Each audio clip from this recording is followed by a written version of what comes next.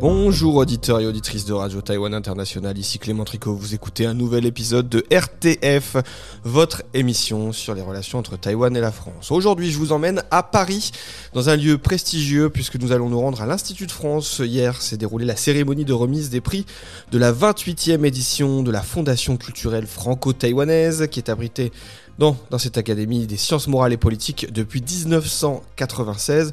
Hier, il y a eu deux lauréats qui ont été donc couronnés de ce prix. On va revenir là-dessus en suivant bien entendu la séance tous ensemble.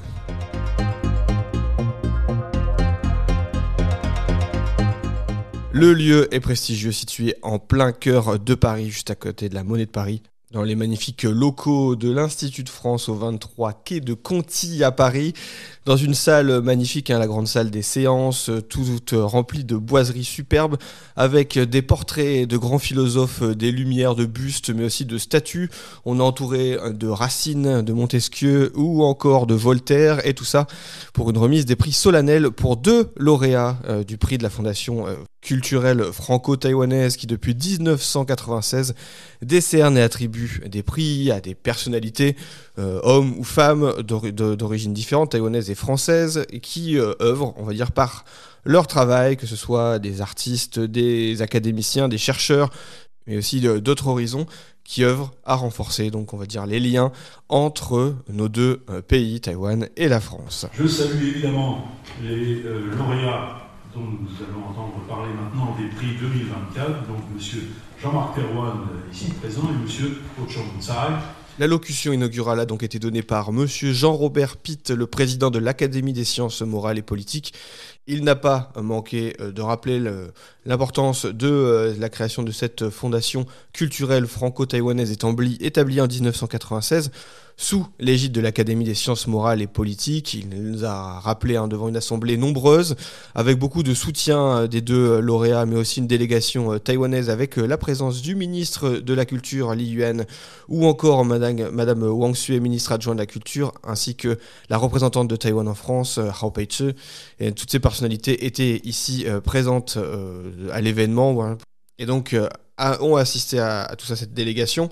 Alors, Monsieur Jean-Robert Pitt a rappelé que la Fondation culturelle franco-taïwanaise, établie en 1996, avait pour objet de récompenser chaque année donc deux prix des œuvres artistiques littéraires qui mettent en lumière les rapports entre l'Europe et Taïwan et contribuent à l'intensification des rapports culturels entre l'Europe et Taïwan. C'est comme ça que c'est exactement cité dans son discours. Et donc, on vous l'avez entendu, il a salué deux personnalités. Jean-Marc Terrouane, français, connu pour l'organisation du festival du cinéma des films asiatiques de Vesoul, et M. Ho Chong-Tsai, danseur et chorégraphe de l'incontournable compagnie de danse contemporaine taïwanaise Bidens. Il y a encore plus de 9000 km qui séparent du géographique Taïwan de l'Europe, mais au-delà de ces 9000 km d'éloignement, il y a de nombreux points de convergence, et c'est pour encourager, pour récompenser tous ceux qui, par leur travail, par leur action, par leur créativité, concourent à une meilleure connaissance réciproque de l'Europe, de la France et de Taïwan, que la Fondation franco-taïwanaise a créé les prix que nous remettons ce soir et que nous avons délibéré ce matin pour l'année prochaine. C'est donc Monsieur Bernard Stirn, le secrétaire perpétuel de l'Académie des sciences morales et politiques, qui a pu présenter en premier un rapide portrait des deux lauréats de ce prix, qui à l'origine était un prix unique avec un montant de 38 000 € qui était attribué.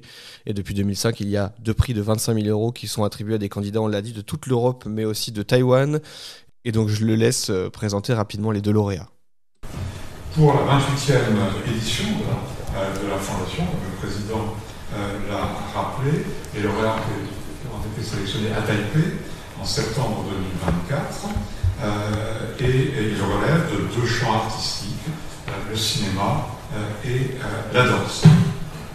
Monsieur Jean-Marc Terrouane est le cofondateur et le délégué général, le directeur artistique du Festival international des cinémas d'Asie, au cours des 30 années d'existence de ce festival, M. Thérouane a sélectionné un très grand nombre d'œuvres réalisées, produites ou coproduites par l'industrie du cinéma taïwanais, et il a invité de nombreuses personnalités du monde de la culture de Taïwan, permettant ainsi de faire circuler les mondes et les imaginaires à des milliers de kilomètres de distance grâce à la magie du cinéma.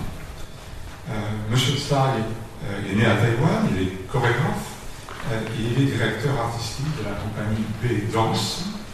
En tant que chorégraphe à Taïwan et à l'international, il favorise lui aussi les échanges artistiques internationaux au travers non pas du cinéma, mais de la danse contemporaine en promouvant la culture taïwanaise. Cette compagnie est l'unique compagnie taïwanaise de la danse à se concentrer principalement sur le marché européen. À partir de 2021, et en collaboration avec l'agence France Delta Danse, B-Dance s'est produite dans plus de 40 villes en France, avec plus de 50 représentations. Début 2024, M. Tsai est venu à Paris pour participer au festival Temps qu'on danse, et vous avez animé des ateliers de danse et des masterclass dans la région parisienne destinés aux écoles de danse, aux danseurs amateurs, aux passionnés de danse, et vous avez ainsi formé les talents de demain dans le domaine de la danse. Très bien, merci. Après ces discours solennels pour la remise des prix, on a pu avoir la chance d'avoir 2 vidéos qui seront mises en ligne, qui présentent et qui retracent le parcours des 2 lauréats, ce qui justifie aussi qui permet de comprendre pourquoi le jury a décidé de leur attribuer ce prix prestigieux de la 28e édition du prix de la Fondation culturelle franco-taïwanaise. Et donc on comprend donc mieux pourquoi M. Jean-Marc Thérouane, notamment le cofondateur, délégué général et directeur artistique du Festival international des cinémas d'Asie de Vesoul, a été sélectionné. Il a notamment mis en avant beaucoup d'œuvres de films du cinéma taïwanais en France, a permis de faire venir de très nombreux réalisateurs et réalisatrices taïwanaises en France, a contribué à des échanges culturels dans le domaine du cinéma, quelque chose qui est relativement marquant. Et puis Po Chang Tsai, lui, est un directeur artistique jeune, très prometteur, qui continue d'enchaîner les succès et qui s'est fait remarquer notamment dans plusieurs festivals en France. Et principalement, on peut citer sa participation avec B-Dance, sa troupe et sa compagnie, et qui a participé au festival d'Avignon. Il a aussi organisé il a participé au festival Temps qu'on danse. Il a aussi animé divers ateliers de danse. Ensuite, les 2 lauréats se sont exprimés, et puis j'ai pu aller les rencontrer au micro quelques minutes après cette cérémonie pour avoir un petit peu leurs émotions. Ils étaient tous les 2 très marqués par l'événement, à commencer par Jean-Marc Thérouane, qui était accompagné de sa famille et qui était aussi très ému et qui a versé sa petite larme aussi pendant son discours. Bon, comme ça, je vous prends comme ça, oui. Juste après, vous étiez très ému. Qu'est-ce que ça vous fait d'avoir reçu ce prix ? C'est une chose complètement inattendue.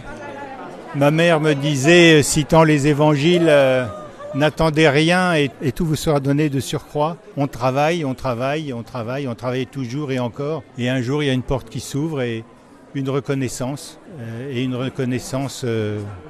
internationale, et notamment de gens dont j'aime, adore le cinéma.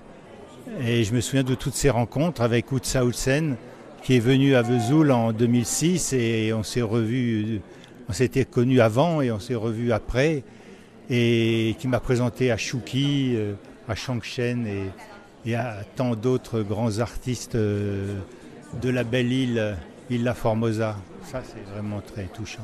Vous avez cité des très grands noms qui sont passés à Vesoul pour le festival de cinéma.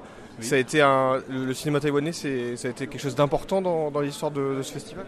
Bien sûr, le cinéma taïwanais est un cinéma important, et c'est un cinéma qui a commencé sous un régime autoritaire et qui s'est épanoui sous un régime démocratique. Voilà, nous sommes ici dans cet endroit où il y a les grands hommes qui ont pétri l'idéologie de l'humanisme, et il y a donc aussi de grands penseurs chinois, notamment taïwanais, et qui ont aussi eu cette aspiration à la liberté. Et je pense que la liberté finira toujours par briser l'oppression. tout au moins je l'espère. Vous attendiez pas, vous m'avez dit, à recevoir un prix comme celui-ci? Non. J'imagine que c'est une belle récompense après tant d'années d'efforts et d'investissement. Oui, c'est quelque chose de très très fort. Mais il faut toujours rester modeste et jamais oublier je ne suis qu'un passeur culturel et je suis un simple mortel aussi. Voilà, mais je pense que j'ai transmis à ma modeste échelle la connaissance notamment du cinéma taïwanais, et je pense que je m'inscris dans la lignée de tous ceux, notamment Max Tessier, quand j'ai dit que c'était un peu mon père en cinéma, qui a fait connaître tous ces cinémas asiatiques, ou Bernie Gray qui est là, présent ce soir, et ça me touche toujours. Donc je suis le maillon. Il y a eu ceux qui étaient avant, je suis un maillon, et je pense qu'il y aura les maillons suivants qui viendront après moi. Ensuite, on a discuté avec Po Cheng-sai, qu'on avait déjà interviewé dans l'émission lorsqu'il avait présenté son spectacle Alice il y a quelques temps en France notamment, et avec plusieurs dates. Alors, il était aussi très ému, et une petite anecdote dans la vidéo, il explique que pour avoir essayé de percer en Europe, l'un de ses enseignants l'avait largement encouragé à apprendre l'anglais pour pouvoir s'exprimer avec toute une audience internationale qui ne maîtriserait pas le mandarin.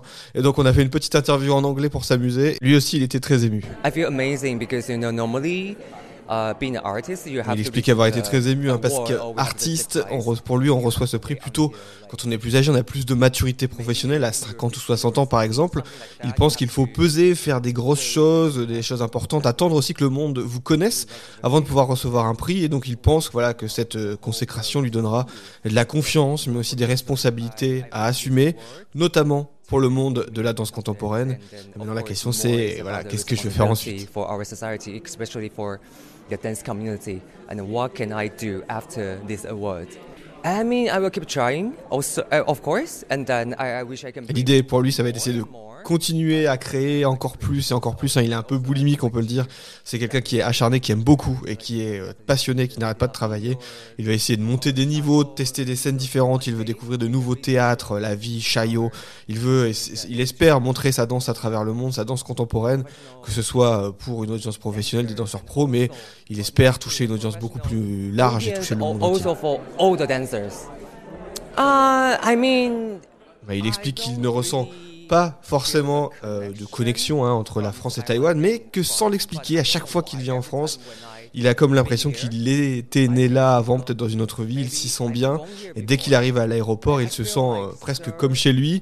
Alors, il le dit, il y a une distance forcément entre Taïwan et la France et son sentiment ici, mais il ressent une proximité comme naturelle, une sorte d'intimité, une attraction naturelle de Paris, et voilà, c'est un peu sa forme de connexion, c'est de se sentir naturellement attiré par la France et la capitale.